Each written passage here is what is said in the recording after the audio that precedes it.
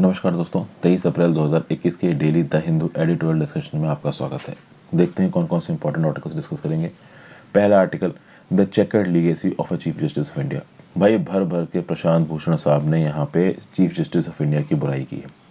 इन्होंने बोला है कि पिछले जो 3-4 चीफ जस्टिस ऑफ इंडिया रहे हैं 5 सालों में, वो बहुत ही बुरे रहे हैं, इनके हिसाब से बोलना है। रंजन गोगोई साहब की बुराई है, हालांकि रंजन गोगोई साहब की बहुत खुल के बुराई नहीं की है, लेकिन शरद ए बोबड़े साहब को तो खरी खोटी सुनाई है यहाँ पे प्रशांत भूषण साहब ने।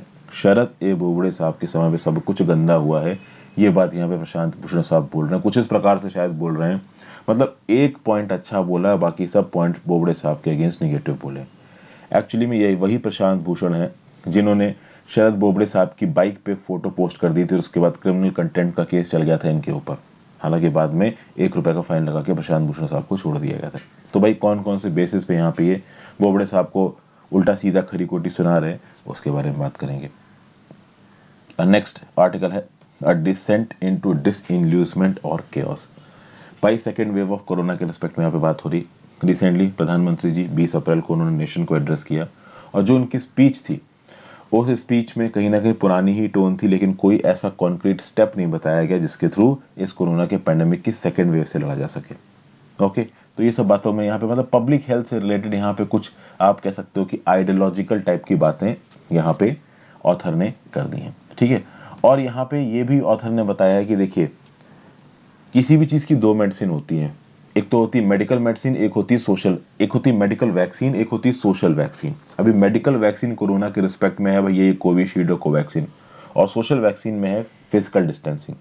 यहाँ पे ऑथर हमारी सरकारों के ऊपर ये भी इल्ज़ाम लगा रहे हैं, केवल केंद्र सरकार नहीं, राज्य सरकारों के ऊपर ये इल्ज़ाम लगा रहे हैं कि सोशल वैक्सीन को हमारी सरकारों ने प्रमोट करना बंद कर दिया। उसमें सरकारों ने क्या चीज़ गलत की, उसके बारे में 1-2 पॉइंट्स बताए गए हैं, इनको देखेंगे। फिर यहाँ पे ट्राइब्यूनल्स के बारे में बात हो रही। रिसेंटली हुआ ये कि southern bench of the NGT की एक्सपर्ट मेंबर की तरह अपॉइंटमेंट हुआ गिरिजा वैद्यनाथन जी का। गिरिजा वैद्यनाथन जी एक फॉर्मर आईएएस ऑफिसर है। तो जब गिरिजा जी का यहाँ पे अपॉइंटमेंट हुआ तो मद्रास हाईकोर्ट में पिटीशन फाइल हुई कि एनजीटी में अपॉइंट होने के लिए गिरिजा जी एलिजिबल नहीं है। तो यहाँ पे मद्रास हाईकोर्ट का क्या स्टैंड निकल के आ रहा है। और रिसेंटली अगर आपको 7 अप्रैल 2021 का डेली न्यूज़ एनालिसिस याद हो, तो उस डेली न्यूज़ एनालिसिस में मैंने आपको बताया था कि केंद्र सरकार ने ऑर्डिनेंस लेके आए हैं ट्राइब्यूनल्स के रिस्पेक्ट में। ट्राइब्यूनल्स में मेंबर्स का अपॉइंटमेंट किस प्रकार से होगा उसके रिस्पेक्ट में एक नया ऑर्डिनेंस लेके आई है हमारी केंद्र सरकार।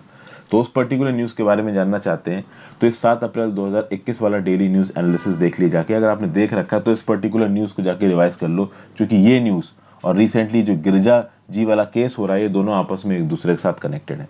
एक्चुअली में ट्राइब्यूनल्स में मेंबर का अपॉइंटमेंट कैसे करना है, इस चीज़ के ऊपर कहीं ना कहीं सरकार अपना कंट्रोल करना चाहती है, और एक लिमिट से ज़्यादा किसी भी चीज़ का कंट्रोल सरकार के हाथों में अच्छा होता नहीं है।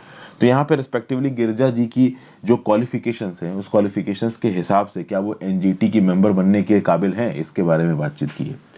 एनजीटी का मेंबर बनने के लिए 2 प्रकार के एक्सपीरियंसेस चाहिए, और अलग अलग चाहिए, ये बात याद रखें। एक तो चाहिए एडमिनिस्ट्रेटिव एक्सपीरियंस, दूसरा चाहिए experience on basis of qualification and practical experience. तो क्वालिफिकेशन और प्रैक्टिकल एक्सपीरियंस वाले क्राइटेरिया में गिरिजा जी सेट नहीं बैठती, लेकिन एडमिनिस्ट्रेटिव एक्सपीरियंस वाले क्राइटेरिया में सेट बैठती हैं।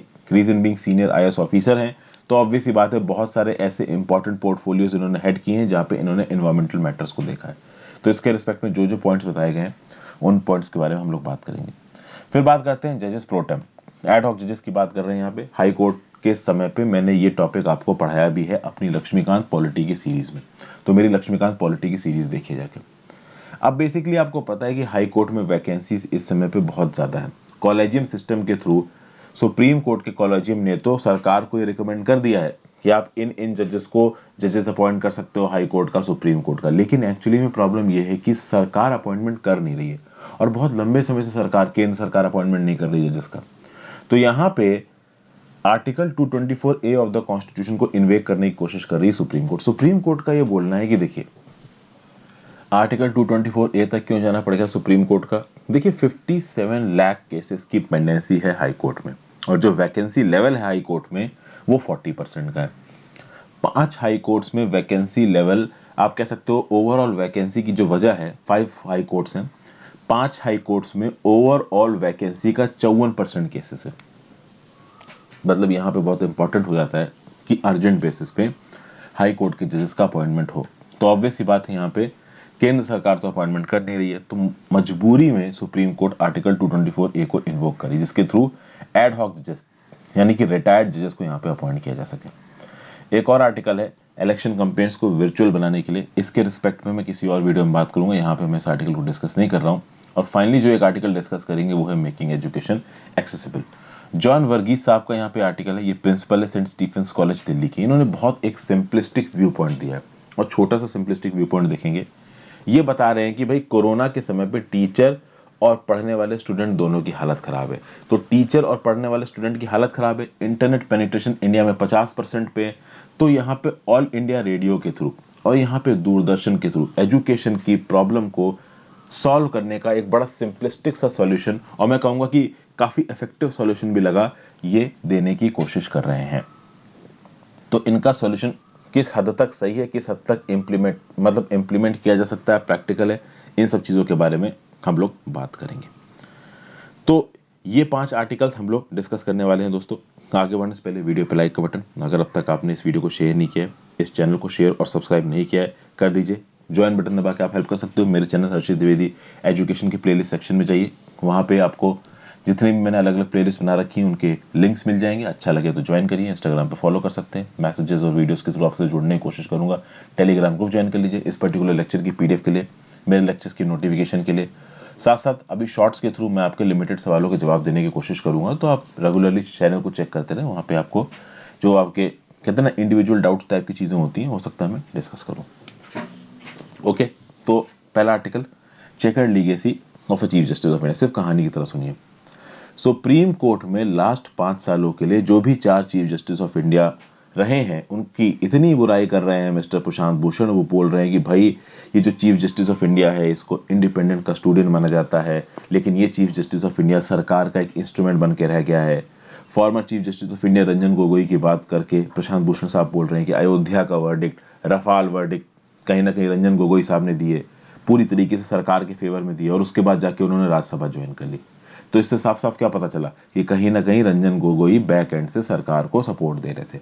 और अभी प्रेजेंटली जो सीजीआई थे अभी तक, एस ए बोबड़े साहब से एक्सपेक्ट किया गया था कि वो सुप्रीम कोर्ट की इंडिपेंडेंस को रिस्टोर करेंगे, लेकिन उनके 18 मंथ के टेन्योर ने ये दिखा दिया है कि वो जस्टिस को डिस्पेंस नहीं कर रहे थे, वो कहीं ना कहीं सरकार का ही साथ दे रहे थे। और उन्होंने सरकार का साथ कैसे दिया, तो जस्टिस का डिस्पेंसेशन सरकार के फेवर में दिया। कोर्ट का एडमिनिस्ट्रेशन कुछ इस प्रकार से किया, वो केसेस जो कि सरकार से रिलेटेड थे वो सरकार के फेवरेट जजेस को एलोकेट किए गए। सिविल लिबर्टीज से रिलेटेड केसेस बहुत लंबे समय से पेंडिंग पड़े रहे।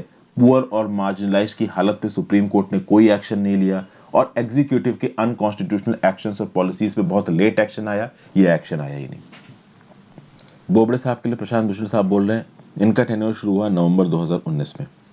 उस समय पे हंड्रेड्स ऑफ पेटिशंस थी with respect to article 370 and reorganisation of Jammu and Kashmir.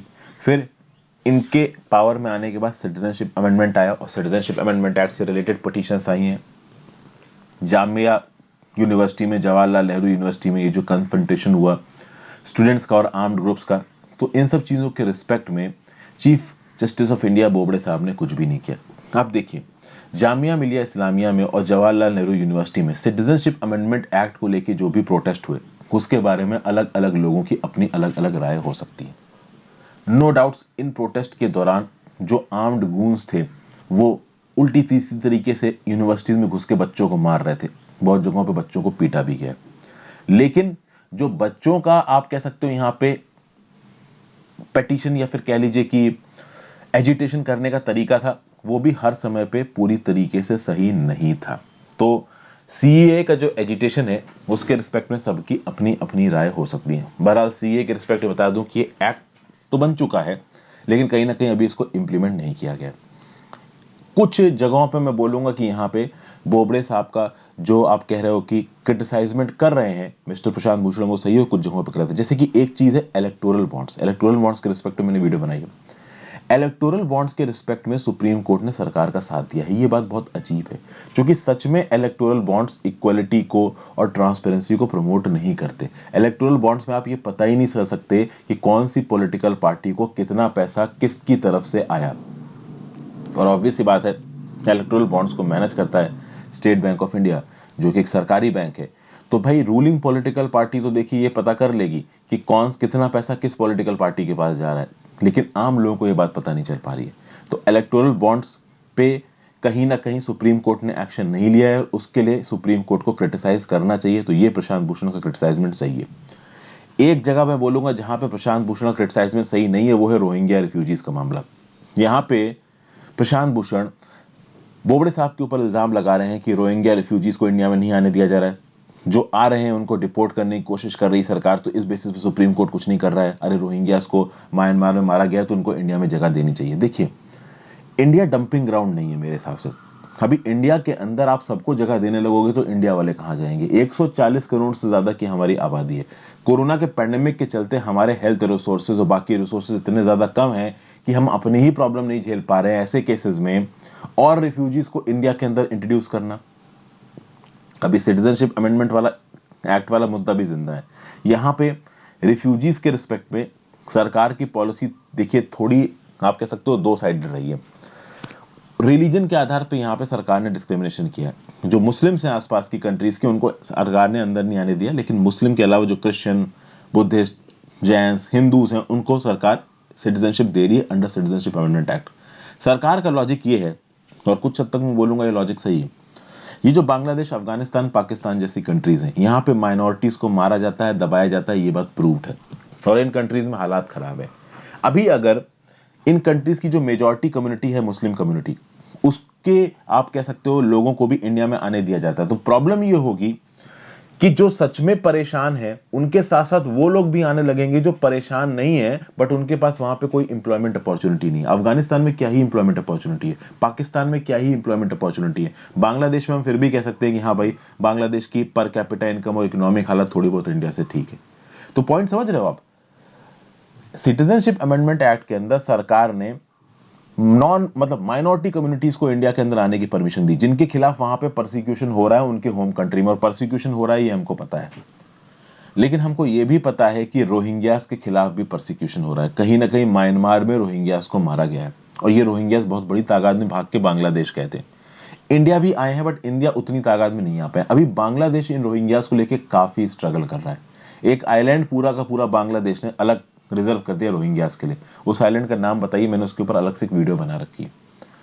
तो इंडिया में रोहिंग्यास की एंट्री होनी चाहिए, नहीं होनी चाहिए, इस बात के ऊपर एक बहुत बड़ा कह सकते हैं सवालिया निशान है।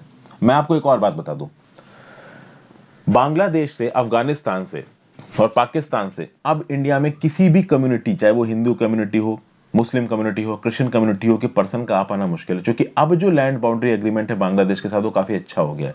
तो जो पहले इलीगल माइग्रेशन होता था ना, कि बांग्लादेश के लोग इंडिया में आते थे, इंडिया वाले बांग्लादेश में चले जाते थे, वो नहीं हो पाएगा। और इंडिया वाले क्या ही जाएंगे बांग्लादेश में, ज्यादातर ही बांग्लादेश वाले ही इंडिया में आते थे। तो ओवरऑल ये सब मैटर्स बड़े सेंसिटिव है।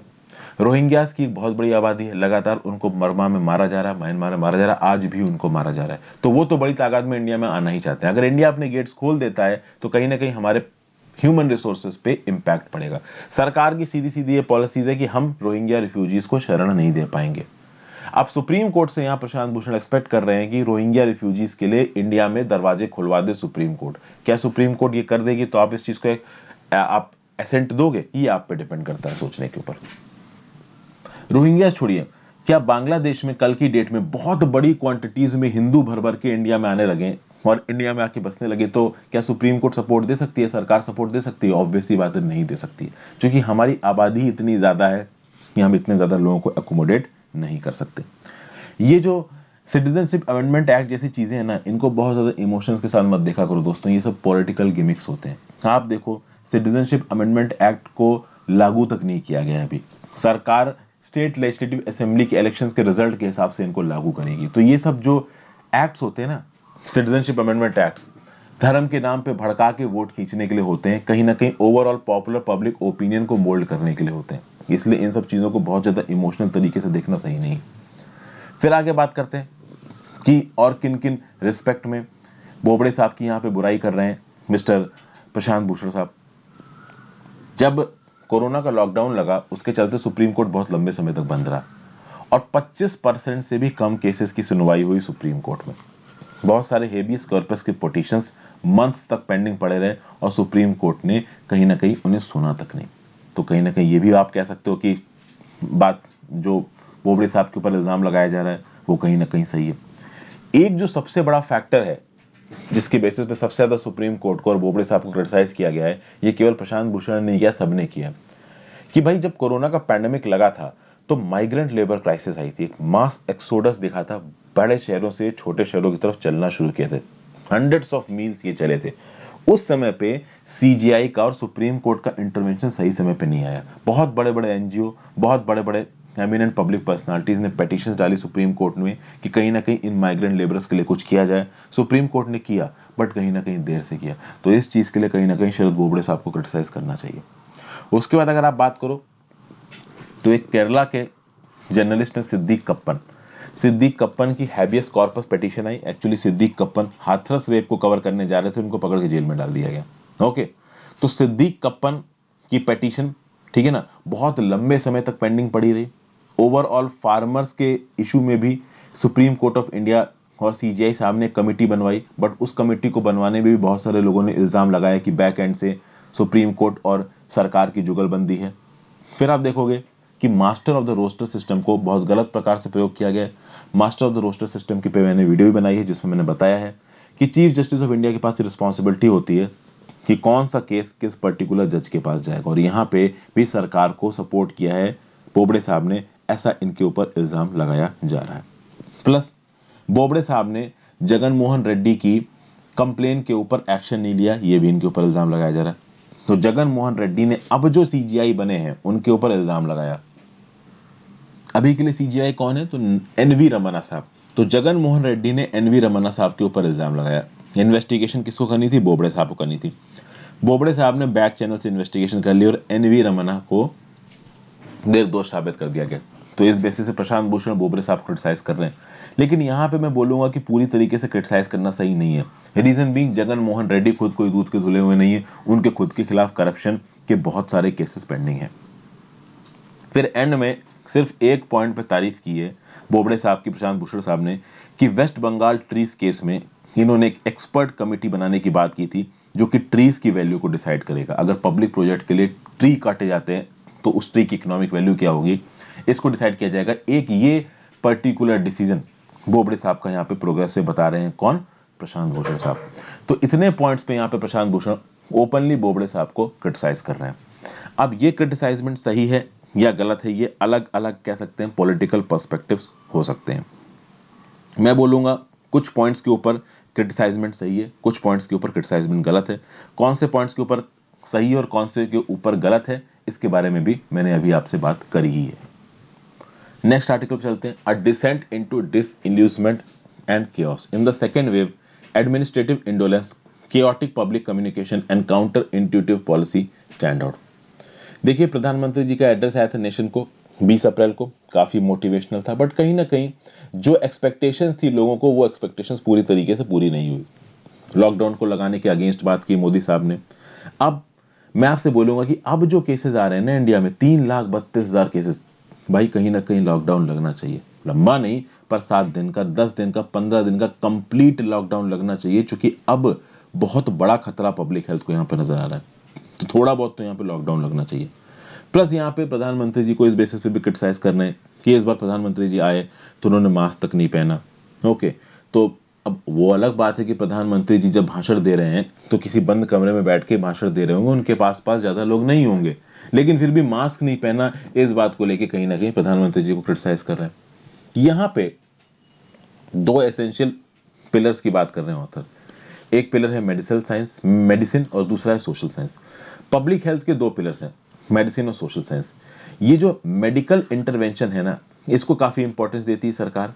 बात यहाँ पे दोस्तों यहाँ पे ये है कि ऑथर इल्ज़ाम लगा रहा सरकार के ऊपर ये कि मेडिकल इंटरवेंशंस को, मेडिसिन को बहुत ज़्यादा वैल्यू दी गई है और कहीं ना कहीं सोशल साइंस को यहाँ पे इग्नोर किया गया, और कहीं ना कहीं अभी के लिए कोविड-19 के मैनेजमेंट में भी यही हो रहा है। मास वैक्सीनेशन सरकार कराने की कोशिश कर रही है, हालांकि कमियां अगर आप मास वैक्सीनेशन निकालने पे जाओगे तो आपको बहुत सी मिल जाएंगी, बट फिर भी कहीं ना कहीं सरकार जरूरत से ज्यादा डिपेंड हो रही है मास वैक्सीनेशन पे, और सरकार सोशल वैक्सीनेशन को यहाँ पे क्रिमिनली निग्लेक्ट कर रही है। एक ऐसा समय जहां पे सोशल वैक्सीनेशन बहुत ज्यादा पोटेंट तरीके से यूजफुल हो सकता है, कहीं ना कहीं सरकार के ऊपर इल्जाम लगाया जा रहा है कि सरकार इसको इग्नोर कर रही है। कैसे इग्नोर कर रही है? तो जब फर्स्ट वेव कोरोना वायरस की फैल रही थी, उस समय पे ये बहुत आम था कि बड़े बड़े हॉर्न वाले व्हीकल सड़कों पर से गुजर रहे हैं और वो अनाउंस करते हुए जा रहे हैं कोविड-19 के सोशल डिस्टेंसिंग के नॉर्म्स को लेके, इन सब चीजों को लेके। लेकिन अब तो पहले जो ऑर्गेनाइज तरीके से अवेयरनेस फैलाई जा रही थी लोगों के अंदर, वो अवेयरनेस कहीं ना कहीं अब नहीं फैलाई जा रही है। ग्रास रूट लेवल पे इंट्यूटिव पब्लिक पॉलिसीज अब उस लेवल पे नहीं चलाई जा रही जहाँ पे ये बताया जाए लोगों को कि हाँ भाई सोशल डिस्टेंसिंग करिए, कोरोना से बच के रहिए। कहीं ना कहीं सरकारें अब इलेक्शन करवाने में घुसी हुई हैं और इलेक्शंस के समय पर बड़ी बड़ी रैलियां होती हैं और कोई मास्क तक नहीं पहनता है। फिर अभी रिसेंटली आप देखोगे कि महाराष्ट्र में एक ऑर्डर इन्फोर्स किया गया कि सुबह 7 बजे से लेकर 11 बजे तक की सब्जियां और एसेंशियल चीजें खुलेंगी। अभी इस ऑर्डर का ऑफिशियल नोटिफिकेशन भी नहीं आया और पुलिस ने इस ऑर्डर को इम्प्लीमेंट करना शुरू कर दिया। उसके चलते शॉपकीपर्स में और जो खरीदार थे उनके बीच में पैनिक की सिचुएशन आ गई कि अरे भाई चीज़ें केवल 7 से 11 के टाइम पीरियड में मिलेंगी तो क्या करें, तो लोग भाग के वहाँ भीड़ लगाने लगे। तो इसको भी यहाँ पे ऑथर क्रिटिसाइज कर रहा है। ऑथर बोल रहा है कि इस प्रकार के जो नोटिफिकेशंस होते हैं इनके बारे में प्रॉपर अवेयरनेस होनी चाहिए, क्योंकि गलत तरीके से जब इस प्रकार के नोटिफिकेशंस इंप्लीमेंट होंगे तो लोगों के अंदर एक फियर बैठेगा, लोगों के अंदर एक फ्रेंजी बैठेगी और 7 से 11 के टाइम पीरियड में इतनी भीड़ लग जाएगी जिससे कोरोना का इन्फेक्शन फैल सकता है। तो कुल मिलाकर आप समझ रहे हो ना यहाँ पे क्या बोला जा रहा है कि भाई सरकारी अवेयरनेस बहुत ज़्यादा ज़रूरी है और सरकारी स्ट्रेटजीज को प्रॉपर तरीके से इंप्लीमेंट करना बहुत ज़्यादा ज़रूरी है। फिर वैक्सीनेशन की बात की जाए तो वैक्सीनेशन के लिए बोला जा रहा है कि जो वेल कनेक्टेड लोग हैं, जो ताकतवर लोग हैं, वो तुरंत जाते हैं, बिना वेट किए वैक्सीनेशन ले लेते हैं। लेकिन जो आम आदमी है वो मिडनाइट से लाइन लगाता है और अगले दिन आफ्टरनून तक भी उसको फिजिकल टोकन नहीं मिल पाता है वैक्सीनेशन को लेने का। तो यहाँ पे एक प्रॉब्लम बताई जा रही है। फिर कहीं ना कहीं एडमिनिस्ट्रेटिव फटीग आ गया है यहाँ पे। जो पब्लिक मैसेजिंग हुआ करती थी, रिस्क कम्युनिकेशन हुआ करता था, हेल्थ बिहेवियर्स के बारे में बताने वाली बात हुआ करती थी, वो खत्म हो गई। यहाँ पे ये बताया जा रहा है कि एक इम्यूनोलॉजिकल मेमोरी होती। इम्यूनोलॉजिकल मेमोरी मतलब आपको मान लीजिए कोरोना वायरस हुआ, आप कोरोना वायरस से ठीक हो गए, अगली बार जब आपको कोरोना वायरस होगा ना तो आपके इम्यून सिस्टम में उस कोरोना वायरस के अगेंस्ट एक मेमोरी होगी जो ऑटोमेटिकली ट्रिगर हो जाएगी और एंटीबॉडीज बनने लगेंगी। मतलब एक पर्टिकुलर पर्सन जिसको ऑलरेडी कोरोना वायरस हो चुका है वो ज्यादा इम्यून होगा कोरोना वायरस की तरफ उस दूसरे पर्सन से जिसको अब तक कोरोना वायरस हुआ ही नहीं है। तो जिसको हुआ ही नहीं है उसके अंदर नई तरीके से एंटीबॉडीज डेवलप होंगी, जिसको ऑलरेडी हो चुका है उसके अंदर लिमिटेड कोरोना वायरस की इम्यूनिटी आ चुकी है। कुछ इस प्रकार की चीजें सोशल डिस्टेंसिंग को लेकर बताई जा रही हैं। दुनिया भर में काफी सारी ऐसी कंट्रीज हैं, ईस्ट एशिया में काफी सारी ऐसी कंट्रीज हैं जैसे कि वियतनाम, जहां पे पहले कोरोना वायरस फैल चुका है, जिसके चलते जैसे ही इन्फेक्शियस स्प्रेड होता है इन कंट्रीज में ऑटोमेटिकली अप्रोप्रिएट बिहेवियर आने लगता है, मास्क पहनना, पीपीई किट्स पहनना, सोशल डिस्टेंसिंग करना। बट इंडिया में एक प्रॉब्लम है, इंडिया में उस लेवल की पहले इन्फेक्शियस डिजीज फैली नहीं है, तो अभी तक हमारे अंदर वो इम्यूनोलॉजिकल मेमोरी डेवलप नहीं हो पाई है। अभी भी सेकेंड वेव जब फैल रही थी कोरोना वायरस की शुरुआत में, लोग कोरोना वायरस के अप्रोप्रिएट बिहेवियर को फॉलो नहीं कर रहे थे। हमारे देश के ऐसे बहुत से पॉकेट्स हैं जहां लोग मास्क तक नहीं पहनते हैं और यहाँ पे सरकार की रिस्पॉन्सिबिलिटी बनती है कि भाई वो लोगों को याद दिलाएं कि आपको मास्क पहनना है, सोशल वैक्सीन को फॉलो करना है। अब यहाँ पे क्या सरकार कुछ नहीं कर रही? बिल्कुल कर रही है। सरकार प्लीज वियर मास्क के कैंपेन चला रही है, हल्का फुल्का तरीके से मास्क पहनने के लिए लोगों को बोल रही है, बट उससे होगा नहीं। ऑलरेडी पैंडेमिक फटीक इंडिया में 1 साल से ज्यादा क्रॉस कर चुका है। लगभग 1 साल से इंडिया में कोरोना वायरस फैल रहा है, लोग परेशान है, तो लोग अब हार चुके हैं। अभी उसके चलते लोगों के हेल्थ बिहेवियर को बदलने के लिए बहुत स्किलफुल, एम्फेटिक और कहीं ना कहीं आपके इमोशंस को अटैक करने वाले, आप कह सकते हो, प्रोपोगेंडा चाहिए। तो जिस प्रकार का प्रोपोगेंडा रूलिंग पार्टीज अपने पॉलिटिकल एजेंडा को बढ़ाने के लिए आगे प्रमोट करती हैं, उस प्रकार का प्रोपोगेंडा यहाँ पे मास्क पहनने के लिए, यहाँ पे कोविड-19 अप्रोप्रिएट बिहेवियर को लाने के लिए चलाने की जरूरत थी, बट वो चलाया नहीं जा रहा है। तो इस बात को भी लेके कहीं ना कहीं सरकार को यहाँ पे क्रिटिसाइज किया जा रहा है। और प्लस आप देखोगे कि जो हमारा पब्लिक हेल्थ इमरजेंसी सिस्टम है, इस पे जो ओवर रिलायंस है वो मेडिसिन को लेके, मेडिकल साइंस पे हम लोग ओवर रिलाई कर रहे हैं। कहीं ना कहीं वैक्सीनेशन पे ज़्यादा फोकस कर रहे हैं, सोशल वैक्सीन पे उतना फोकस नहीं कर रहे, जबकि वैक्सीनेशन के साथ जब तक आप सोशल वैक्सीन को नहीं जोड़ोगे तब तक कहीं ना कहीं आप इस कोरोना की प्रॉब्लम से नहीं लड़ पाओगे। ये पर्सपेक्टिव किसने दिया है? तो डॉक्टर सोहम एच भदूरी साहब ने ये पर्सपेक्टिव दिया है। फिजिशियन है, पब्लिक हेल्थ पॉलिसी रिसर्चर है और कमेंटेटर है। कुल मिला के यहाँ पे बड़े प्यार से इन्होंने पॉलिटिकल पार्टीज को उल्टा सीधा खरा खोटा सुनाया है, बिना किसी पॉलिटिकल पार्टी का नाम लिए इन्होंने अपनी बात को जो बोलना था बोल दिया। नेक्स्ट आर्टिकल चलते हैं। Green and law, centre should clarify how far experience can be treated as expertise for tribunal post. देखिए रिसेंटली कुछ हुआ है, आपको पता है कि ट्राइब्यूनल्स को एज एन एडजुडिकेटरी बॉडी बनाया गया है। अगर आपने आर्टिकल 323A और 323B वाली मेरी वीडियोस नहीं देखी हैं, बिल्कुल देख लीजिए जाके। आर्टिकल 323A या 323B मेरे नाम के साथ सर्च मारिए, वीडियो मिल जाएगी। लक्ष्मीकांत की सीरीज में भी मैंने इन टॉपिक्स को बहुत डिटेल में पढ़ाया। अब इन ट्राइब्यूनल्स को एज एडजुडिकेटरी बॉडीज क्यों बनाया गया? क्योंकि ये स्पेशलाइज करते हैं, इनके पास वो एक्सपर्टीज है जिनके बेसिस पे टेक्निकल नेचर के सवालों को और मैटर्स को ये डील कर सकते हैं। जैसे फॉर एग्जांपल आर्टिकल 323A के अंदर बनाया गया सेंट्रल एडमिनिस्ट्रेटिव ट्राइब्यूनल। ये central administrative tribunal central government के एम्प्लॉय से रिलेटेड चीज़ों को देखता है। तो अगर आपको लगता है कि आपको पेंशन बेनिफिट्स प्रॉपर तरीके से नहीं मिले, अगर आपको लगता है कि सेंट्रल गवर्नमेंट के किसी एक एग्जाम में प्रॉपर तरीके से चीज़ें कंडक्ट नहीं कराई गई हैं, तो आप सेंट्रल एडमिनिस्ट्रेटिव ट्राइब्यूनल के पास जा सकते हो। उसी प्रकार से नेशनल ग्रीन ट्राइब्यूनल क्यों बनाया गया है? ताकि इन्वायरमेंटल रिलेटेड मैटर्स को प्रॉपर तरीके से देखा जा सके। एनजीटी में एक्सपर्ट मेंबर्स होंगे, सुप्रीम कोर्ट में उतने एक्सपर्ट मेंबर्स नहीं होते। तो कुल मिला के जस्टिस को ट्राइब्यूनलाइज क्यों किया गया? ताकि कॉस्ट इफेक्टिव, एक्सेसिबल और रिस्पेक्टिव फील्ड्स में टेक्निकल नेचर का जस्टिस दिया जा सके। समझ गए आप बात को? और यहाँ पे आप देखो, इसीलिए इन ट्राइब्यूनल्स में एक्सपर्ट्स अपॉइंट किए जाते हैं। ओके, तो कुछ जुडिशियल मेंबर्स होंगे, कुछ एक्सपर्ट्स मेंबर होंगे। एनजीटी में भी ऐसा होता है। अब प्रॉब्लम तब हुई जब एक former IAS officer Girija Vaidyanathan ji को एक एक्सपर्ट मेंबर अपॉइंट कर दिया गया in the southern bench of National Green Tribunal. जैसे ही गिरिजा वैद्यनाथन जी को as an expert member appoint किया गया एनजीटी का, मद्रास हाईकोर्ट में पिटीशन गई और मद्रास हाईकोर्ट में बोला गया कि Girija Vaidyanathan ji is not an expert member in environmental matters, इसलिए इनका अपॉइंटमेंट एनजीटी एक्ट का वायलेशन है और ये इनएलिजिबल है in accordance with the provision of NGT act. तो बेसिकली इस आर्टिकल में इसी बात को एसेस किया गया है कि कोर्ट का यहाँ पे क्या बोलना है और क्या यहाँ पे सरकार ने जो अपॉइंटमेंट किया है गिरिजा वैद्यनाथन जी का, ये सही है या गलत है। वैसे तो अगर आप देखोगे तो उस समय पे जब मद्रास हाईकोर्ट में पिटीशन गई थी, उस समय पे तो मद्रास हाईकोर्ट ने इनके अपॉइंटमेंट को स्टे कर दिया था, लेकिन बाद में मद्रास हाईकोर्ट ने पाया कि भाई ये सारी एलिजिबिलिटी रिक्वायरमेंट्स को पूरा करती हैं और कहीं ना कहीं she is eligible for being appointed as an expert member of NGT. ठीक है ना? इनको एडमिनिस्ट्रेटिव एक्सपीरियंस है नियरली 5 साल का in dealing with environmental matters. Okay, देखिए एनजीटी एक्ट ये बोलता है कि अगर आपको नेशनल ग्रीन ट्राइब्यूनल की बेंच का मेंबर बनना है तो आप दो बेसिस पे बन सकते हो। एक तो बेसिस है आपकी क्वालिफिकेशंस और प्रैक्टिकल एक्सपीरियंस, दूसरा बेसिस है एडमिनिस्ट्रेटिव एक्सपीरियंस। और यहाँ पे अगर आपको क्वालिफिकेशन और प्रैक्टिकल एक्सपीरियंस चाहिए तो या तो आप मास्टर्स हो या आप डॉक्टरेट हो साइंस, इंजीनियरिंग या टेक्नोलॉजी में, उसके साथ आपका 15 साल का एक्सपीरियंस हो रेन्यूएबल फील्ड में। ओके, और 5 साल का एक्सपीरियंस हो इन्वायरमेंट एंड फॉरेस्ट में एक नेशनल लेवल इंस्टीट्यूशन में। और ये जो फील्ड्स हैं इसमें pollution control, hazards substance management और फॉरेस्ट कंजर्वेशन आना चाहिए। बेसिकली इस फर्स्ट क्राइटेरिया में गिरिजा जी सेट नहीं बैठती हैं। ना ही ये मास्टर और डॉक्टरेट है साइंस में, ओके, इंजीनियरिंग टेक्नोलॉजी में, ना ही इनके पास 15 साल का एक्सपीरियंस है रेलेवेंट फील्ड में, किसी नेशनल इंस्टीट्यूट एजुकेशन की, मतलब किसी नेशनल लेवल इंस्टीट्यूशन की हेड नहीं रही है, ना ही किसी एनवायरमेंट के इंस्टीट्यूशन की, ना ही फॉरेस्ट के इंस्टीट्यूशन की। लेकिन इनके पास एडमिनिस्ट्रेटिव एक्सपीरियंस है।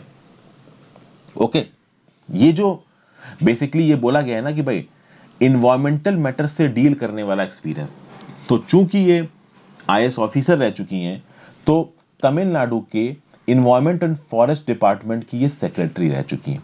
फिर 28 महीने के लिए स्टेट पॉल्यूशन कंट्रोल बोर्ड की चेयरमैन रह चुकी हैं तमिलनाडु में। तो हेल्थ सेक्रेटरी का टेन्योर जोड़ दो और कहीं ना कहीं स्टेट पॉल्यूशन कंट्रोल बोर्ड के चेयरपर्सन का टेन्योर जोड़ दो, तो कितने महीने का टेन्योर हो जाता है? 28 महीने का। अब यहाँ पे एक प्रॉब्लम है, समझिए बात को। पहला जो यहाँ पे पॉइंट था, वो पॉइंट क्या बोलता था कि 15 इयर्स का एक्सपीरियंस रेलेवेंट फील्ड में और 5 साल का experience in environment and forest in national level institution.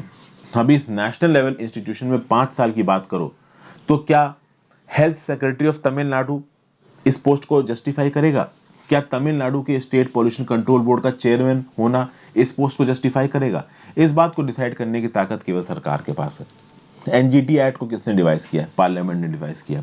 तो पार्लियामेंट, और ऑब्वियस सी बात है, जब भी कोई एक्ट निकलता है तो उस एक्ट के अंदर के नियम कानून डिवाइस करने की ताकत सरकार के पास चली जाती है।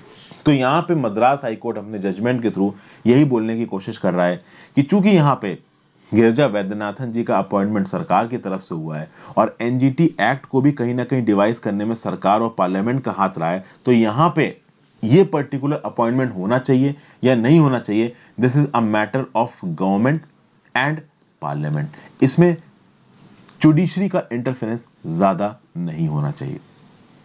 ओके, बेसिकली यहाँ पे देखिए कोर्ट क्या बोल रहा है। The court also observe drily that it is an entirely different matter whether administrative experience in second criterion should be regarded to equivalent to the real expertise। यानी फर्स्ट क्राइटेरिया में जो रियल एक्सपर्टीज थी 5 साल तक किसी proper national level institution जो कि forest और एनवायरमेंट से रिलेटेड हो, क्या उस चीज को आप कंपेयर कर सकते हो इस एडमिनिस्ट्रेटिव एक्सपीरियंस के साथ? कि आप हेल्थ सेक्रेटरी रहे हो या स्टेट पॉल्यूशन कंट्रोल बोर्ड के हेड रहे हो, क्या ये दोनों चीजें मैच कर सकती हैं?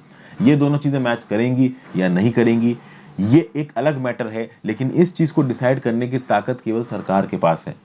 इस चीज को डिसाइड हाई कोर्ट नहीं कर सकता और ना ही इस चीज को डिसाइड सिविल सोसाइटी के मेंबर्स कर सकते हैं। समझ गए यहाँ पे? तो ये बात यहाँ पे बताई जा रही है। सेंटर ऑब्वियस सी बात है, ट्राइब्यूनल्स के अपॉइंटमेंट कैसे होने, ट्राइब्यूनल्स के मेंबर का क्वालिफिकेशन क्या होगा और ट्राइब्यूनल्स के मेंबर्स की सर्विस कंडीशंस क्या होगी, इसकी ताकत को अपने हाथ में लेना चाहता है। और इसके रिस्पेक्ट में ही एक ऑर्डिनेंस केंद्र सरकार अभी रिसेंटली लेके आई है, जिसका रेफरेंस मैंने आपको शुरुआत में ही दिया था। 7 अप्रैल की डेली न्यूज एनालिसिस में वो ऑर्डिनेंस वाली न्यूज मैंने कवर की है। और ऑब्वियसली उस ऑर्डिनेंस के रिस्पेक्ट में जुडिशरी में भी केस ऑलरेडी फाइल हो चुका है। देखिए सरकार जब भी कुछ करती है उसके अगेंस्ट एक पिटीशन सुप्रीम कोर्ट में पहुंच ही जाता है, ठीक है ना। कुल मिला के एक ब्यूरोक्रेट का क्या इन्वॉल्वमेंट होना चाहिए इन्वायरमेंटल मैटर्स में, और जो इन्वॉल्वमेंट रहा है क्या उसको एक्सपर्टीज और एक्सपीरियंस में काउंट किया जाएगा, ये सब बातें सोचने वाली हैं। बहुत पहले सुप्रीम कोर्ट ने कुछ डायरेक्शंस दिए थे किसको? सरकार को। और ये बोला था सुप्रीम कोर्ट ने कि आप एक नेशनल ट्राइब्यूनल कमीशन बनाइए जो कि ट्राइब्यूनल कैसे काम करेंगे और ट्राइब्यूनल में अपॉइंटमेंट किस प्रकार से होगा, इस बात के ऊपर अपनी शोध करेगा। बेसिकली अब तक इस नेशनल ट्राइब्यूनल कमीशन को नहीं बनाया गया है। यहाँ पे ऑथर सरकार को यही बोल रहा है कि सुप्रीम कोर्ट की इस गाइडलाइन को सरकार को मानना चाहिए। लेकिन आपको पता ही है कि सरकार एक ऑर्डिनेंस लाने की कोशिश कर रही है और उस ऑर्डिनेंस के थ्रू सरकार ट्राइब्यूनल्स में अपॉइंटमेंट, उनकी पे, सर्विस कंडीशन सबको अपने हाथ में लेने की कोशिश कर रही है।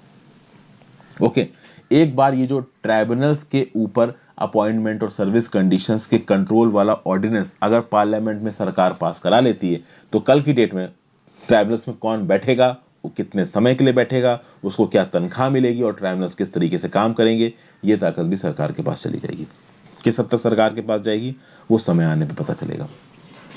नेक्स्ट आर्टिकल पहुंचते हैं। जजेस प्रोटेम रोपिंग इन रिटायर्ड हाई कोर्ट जजेस to clear backlog should not be at the cost of regular appointments.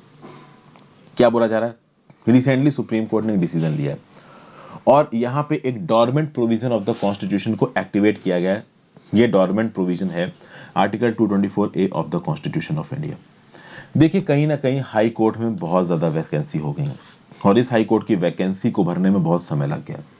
इसके ऊपर किसके ऊपर इल्जाम लगाया जा सकता है? या तो कॉलेजियम सिस्टम के ऊपर या सेंटर के टार्डीनेस के ऊपर। कहीं ना कहीं कॉलेजियम सिस्टम ने वैकेंसीज को भरने के लिए जजों का नाम रिकमेंड करने में समय लगाया है और एक बार नाम रिकमेंड हो भी गया तो कॉलेजियम सिस्टम की जो रिकमेंडेशन है वो भी देर से आई है और कॉलेजियम सिस्टम की रिकमेंडेशन आने के बाद भी जो सरकार है वो हाई कोर्ट के जजेस का अपॉइंटमेंट नहीं कर रही। तो सुप्रीम कोर्ट भी यहाँ पे काफ़ी फ्रस्ट्रेट हो गया है। बोबड़े साहब भी एक समय पे काफ़ी फ्रस्ट्रेट हो गए थे और वो बोल रहे थे कि भाई माउंटिंग एरियर्स का जो चैलेंज है केसेस का, उसको कैसे सॉल्व करे जाएं जब एग्जिस्टिंग वैकेंसीज को आप भर नहीं सकते। यहाँ पे जो स्टैटिस्टिक निकल के आ रही है वो ये बोल रही है कि 57 लाख केसेस की पेंडेंसी है और हाई कोर्ट में जो वैकेंसी लेवल है वो 40% पे पहुंच चुका है। 5 हाई कोर्ट्स में इतनी वैकेंसी है कि ओवरऑल 40% के वैकेंसी का 54% तो 5 ही हाई कोर्ट में है और कहीं ना कहीं इन वैकेंसीज को बहुत प्रोएक्टिव तरीके से भरने की जरूरत है। हालांकि वैकेंसीज को हिसाब से भरने की जरूरत है क्योंकि मद्रास हाई कोर्ट में वैकेंसी केवल 7% की और 5.8 लाख केसेस पेंडिंग है, जबकि कलकत्ता हाई कोर्ट में वैकेंसी 44% की है, लेकिन केवल 2.7 लाख केसेस पेंडिंग है। मतलब यहाँ पे साफ साफ दिख रहा है कि Calcutta high court Madras high court से ज़्यादा एफिशिएंट तरीके से काम कर रहा है।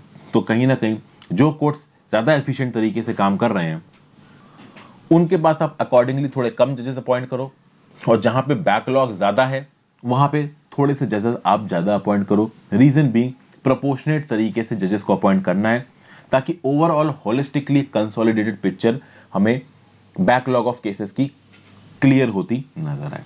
ठीक है, अब देखिए ये जो एड हॉक जजेस का अपॉइंटमेंट का जो प्रोसीजर है, जो कॉन्स्टिट्यूशनल आर्टिकल है, इसको बहुत स्पेरिंगली यूज किया गया है पास्ट में, और सही भी है। क्योंकि देखिए क्या है, एड हॉक जजेस का अपॉइंटमेंट सही नहीं है, रेगुलर अपॉइंटमेंट्स इंपॉर्टेंट होते हैं। यहां पे कोर्ट ने कुछ पैरामीटर्स बना रखे हैं कि एड हॉक जजेस का अपॉइंटमेंट को कब इनिशिएट किया जाएगा। जब vacancy 20% of the sanction strength से ज्यादा चली जाए, या फिर जितने भी total number of backlog of cases हैं उसके 10% केसेस 5 साल से ज्यादा पुराने हो। तो अगर ये रिक्वायरमेंट्स फुलफिल होती हैं, या फिर मान लीजिए किसी भी पर्टिकुलर कैटेगरी के केस 5 साल से ज्यादा के लिए पेंडिंग हो, या फिर नए केसेस के आने का जो रेट है वो रेट ऑफ डिस्पोजल से ज्यादा हो, तो रेट ऑफ डिस्पोजल कम है, नए केसेस ज्यादा आ रहे हैं, या फिर किसी पर्टिकुलर कैटेगरी में केस 5 साल से ज्यादा पेंडिंग पड़ा है, या टोटल नंबर ऑफ जो पेंडिंग केसेस हैं उसके 10% केसेस की पेंडेंसी 5 साल से ज्यादा हो गई है, या किसी भी कोर्ट में जो total number of sanction strength है उसकी वैकेंसी 20% से ज्यादा है, तो आर्टिकल 224A को यहाँ पे एक्टिवेट करके आप एड हॉक जजेस, प्रोटेम जजेस का अपॉइंटमेंट कर सकते हो। और यहाँ पे एक मेमोरेंडम ऑफ प्रोसीजर को फॉलो किया जाएगा। मेमोरेंडम ऑफ प्रोसीजर क्या बोलता है आर्टिकल 224A के अंदर, कि यहाँ पे चीफ जस्टिस ऑफ इंडिया सीधे सीधे अपॉइंटमेंट नहीं करेगा, chief justice of the respective high court नाम को प्रपोज करेगा। ठीक है ना, और chief justice of respective high court क्या करेगा कि किसी और हाई कोर्ट के रिटायर्ड जज को, या फिर उसी पर्टिकुलर हाई कोर्ट के रिटायर्ड जज को वो एक ऑप्शन देगा कि क्या आप हमारे हाई कोर्ट के एडॉक जज बनना चाहेंगे, और उसकी तरफ से एसेंट आ जाती है, तो जो चीफ जस्टिस ऑफ इंडिया है वो कहीं ना कहीं उस स्टेट के चीफ मिनिस्टर को, और कहीं ना कहीं उस स्टेट के हाई कोर्ट के चीफ जस्टिस से कंसल्टेशन करेगा, और फाइनली एक रिटायर्ड जज के नाम पे अप्रूवल दिया जाएगा प्रेसिडेंट के द्वारा कि हाँ भाई इसको आप अभी के लिए एड हॉक जज अपॉइंट कर दो। तो एड हॉक जज को अपॉइंट करने के लिए प्रॉपर मेमोरेंडम ऑफ प्रोसीजर है, जिसमें जो प्रोसेस इनिशिएट होता है वो chief justice of the respective high court की तरफ से इनिशिएट होता है। तो पहले एक इनफॉर्मल अप्रूवल जाएगा किसकी तरफ से, चीफ जस्टिस ऑफ इंडिया की तरफ से, कि आर्टिकल 224 को एक्टिवेट करो। उसके बाद chief justice of a respective high court से मद्रास हाई कोर्ट किसी एक पर्टिकुलर पुराने रिटायर्ड जज को, आप कह सकते हो रिक्वेस्ट कर रहा है, वो रिटायर्ड जज मद्रास हाई कोर्ट का भी हो सकता है, देश के किसी भी और हाई कोर्ट का हो सकता है। तो अगर वो जज एसेंट देता है तो उस केस में उस जज का नाम प्रेसिडेंट के पास जाएगा, चीफ जस्टिस ऑफ इंडिया के पास जाएगा, उस पर्टिकुलर स्टेट के चीफ मिनिस्टर से बातचीत करी जाएगी, और अगर सब कुछ सही बैठता है तो 2 से 3 साल के टेन्योर के लिए उस पर्टिकुलर जज को प्रोटेम एड हॉक जज बना दिया जाएगा। यहां पे एक और बात बोली गई है कि जब भी आप इस प्रकार से जजेस का अपॉइंटमेंट कर रहे हो, आप केवल उन जजेस का अपॉइंटमेंट करो जिनके पास एक्सपीरियंस है, एक्सपर्टीज है। इन अपॉइंटमेंट में किसी भी प्रकार का फेवरेटिज्म कि हाँ भाई आपके पुराने पहचान के जज थे तो आपने अपॉइंट कर दिया, ये नहीं होना चाहिए। और कहीं ना कहीं जरूरी ये है कि रेगुलर अपॉइंटमेंट प्रोसेस को आप एक्सपेडाइट करो। ये जो एड हॉक जज को अपॉइंट करने का जो रास्ता है ना, this is a temporary thing, और इस टेम्परेरी थिंग को परमानेंट बनाने की जरूरत नहीं है, क्योंकि अभी के लिए सिचुएशन बहुत प्रिकेरियस है, बहुत ज्यादा इमरजेंसी है। इसीलिए चलिए ठीक है, आप कुछ समय के लिए एड हॉक जजेस या प्रोटेम जजेस अपॉइंट कर दो, बट लॉन्ग टर्म में तो परमानेंट जजेस अपॉइंट करना ही सॉल्यूशन है। आखिरी article, making education accessible, all India radio और कहीं ना कहीं दूरदर्शन को इंक्लूड करने की बात करी। सबसे पहले तो ये बोला गया कि भाई कोविड-19 के आउटब्रेक के बाद टीचर और स्टूडेंट्स दोनों के पास एक्सेस और अफोर्डेबिलिटी ऑनलाइन पढ़ाई की कहीं ना कहीं कम हो गई है, एग्जाम्स की क्रेडिबिलिटी कहीं ना कहीं कम हो गई है, टीचर्स और स्टूडेंट्स के फाइनेंशियल रिसोर्सेज पे इम्पैक्ट आया है, जो थोड़े अमीर हैं वो कहीं ना कहीं टैकल कर गए हैं। टीचर्स के फाइनेंशियल रिसोर्सेज पे कैसे इफेक्ट आया है कि भाई ज़्यादा क्लासेस लेने को नहीं मिल रहा है, स्कूल कॉलेजेस बंद हैं, तो बहुत सारे लोगों की सैलरीज रुक गई हैं। स्टूडेंट्स पे तो इम्पैक्ट आएगा ही आएगा, उनकी पढ़ाई रुक गई तो आने वाले समय में उनको नौकरियां डिले हो जाएंगी। और पहले जो स्टूडेंट्स क्लासरूम में फिजिकली जाके पढ़ते थे, अब उनको कहीं ना कहीं स्मार्टफोन या फिर इंटरनेट कनेक्शन लेने की जरूरत है, जिसमें जेब से पैसा निकलता है, क्योंकि कोई भी चीज़ आज की डेट में फ्री ऑफ कॉस्ट तो मिलती नहीं है। प्लस आप ऑनलाइन स्क्रीन से चिपके रहो, ऑनलाइन स्क्रीन से चिपके रहना हेल्थ के रिस्पेक्ट से सही नहीं है। कहीं ना कहीं आपके हेल्थ पे भी इम्पैक्ट आता है अगर आप एक लिमिट से ज़्यादा कंप्यूटर या मोबाइल स्क्रीन के सामने चिपके रहते हो तो। ओके, मैं खुद यूट्यूब वीडियोस बनाता हूँ, यूट्यूब, अब मैं कोई ना कोई आर्टिकल ही पढ़ता रहता हूँ या फिर कंप्यूटर के सामने बैठ के बोलता रहता हूँ, तो मुझे भी कभी कभी आंखों में दर्द होने लगता है या फिर अजीब सी डिजीनेस लगने लगती है। रीज़न भी कि मेरा जो एक्सपोजर है ऑनलाइन स्क्रीन की तरफ वो ज़्यादा है, तो इसके हेल्थ इम्पैक्ट्स होते ही होते हैं। तो इसी बेसिस पे यहाँ पे जॉन वर्गीस साहब क्या बोल रहे हैं कि भाई देखिए, कुछ इनोवेटिव सॉल्यूशंस यहाँ पे निकालने की जरूरत है। हालांकि ठीक है, आप ऑनलाइन एजुकेशन की बात कर रहे हो, पढ़ाई तो हो रही, ना होने से तो अच्छा हो तो रही है कम से कम, लेकिन इंटरनेट पेनिट्रेशन इंडिया में केवल 50% है और उसके चलते जो डिजिटल इनइक्वालिटी है इंडिया में वो बहुत ज़्यादा है। एक बच्चा जो गांव के गवर्नमेंट स्कूल में बैठा है उसके पास पढ़ाई का एक्सेस पहुंच जाए बहुत मुश्किल है। बहुत कम ही ऐसा होता है कि गांव में कोई एक ऐसा टीचर हो जो सब कुछ छोड़ छाड़ के बच्चों को पढ़ाना चाहे, लेकिन उसके पास भी फाइनेंसेस लिमिटेड हैं, वो एक लिमिट से ज़्यादा गैजेट्स, इंटरनेट पे पैसा खत्म नहीं कर सकता। तो यहाँ पे क्या करना चाहिए, इनके आइडिया को बस समझते हैं। प्रॉब्लम क्या है वो तो हम सबको पता है। गवर्नमेंट ऑफ इंडिया के पास एयरवेव्स हैं, प्रसार भारती, ठीक है, ये जो इंडिया का ब्रॉडकास्टिंग कॉर्पोरेशन है, ये रेडियो और टेलीविजन को मैनेज करता है। रेडियो में ये ऑल इंडिया रेडियो को मैनेज करता है और टेलीविजन में दूरदर्शन को मैनेज करता है। ऑल इंडिया रेडियो के पास 470 ब्रॉडकास्टिंग सेंटर्स हैं जो कि 92% ऑफ द कंट्री के ज्योग्राफिकल एरिया और 99.19% ऑफ द पॉपुलेशन को कवर करते हैं। दूरदर्शन टेलीविजन, ऑनलाइन और मोबाइल ब्रॉडकास्टिंग एक्सेस को कवर करता है, जिसके पास 34 सैटेलाइट चैनल्स हैं, 17 वेल इक्विप्ड स्टूडियोज हैं स्टेट कैपिटल्स में और 49 स्टूडियो सेंटर्स हैं दूसरे सिटीज में। अगर ऑल इंडिया रेडियो और दूरदर्शन के रिसोर्सेज को मिला के पढ़ाई के लेसन्स को ब्रॉडकास्ट किया जाए तो कहीं ना कहीं एजुकेशन के एम को फुलफिल किया जा सकता है। प्रसार भारती एक्ट में जो 3 फंक्शंस दिए गए हैं प्रसार भारती को, उसमें एजुकेशन भी एक फंक्शन है और ऑनलाइन एजुकेशन पे एक लिमिट से ज्यादा डिपेंड ना होकर अगर इस एजुकेशन को प्रसार भारती के थ्रू प्रमोट किया जाए तो बहुत अच्छा है।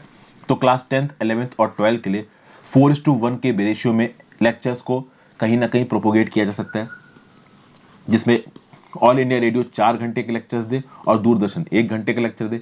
ऑब्वियसली बात है, वो लेक्चर्स जैसे कि फिजिक्स जहां पे फिजिकल डेमोन्स्ट्रेशन की ज्यादा जरूरत है उनको टीवी पे ब्रॉडकास्ट किया जा सकता है। हालांकि इस चीज में मुश्किल होगा, टीचर्स को ट्रेन करना पड़ेगा, but this will be a long term solution, क्योंकि अभी हमारे टीचर्स और स्टूडेंट्स के पास ट्रेन है लेकिन टीवी सबके घर में होता है। एक नुक्कड़ पे भी जाके डीडी फ्री में देख के बच्चे सीख सकते हैं। समझ गए आप बात को?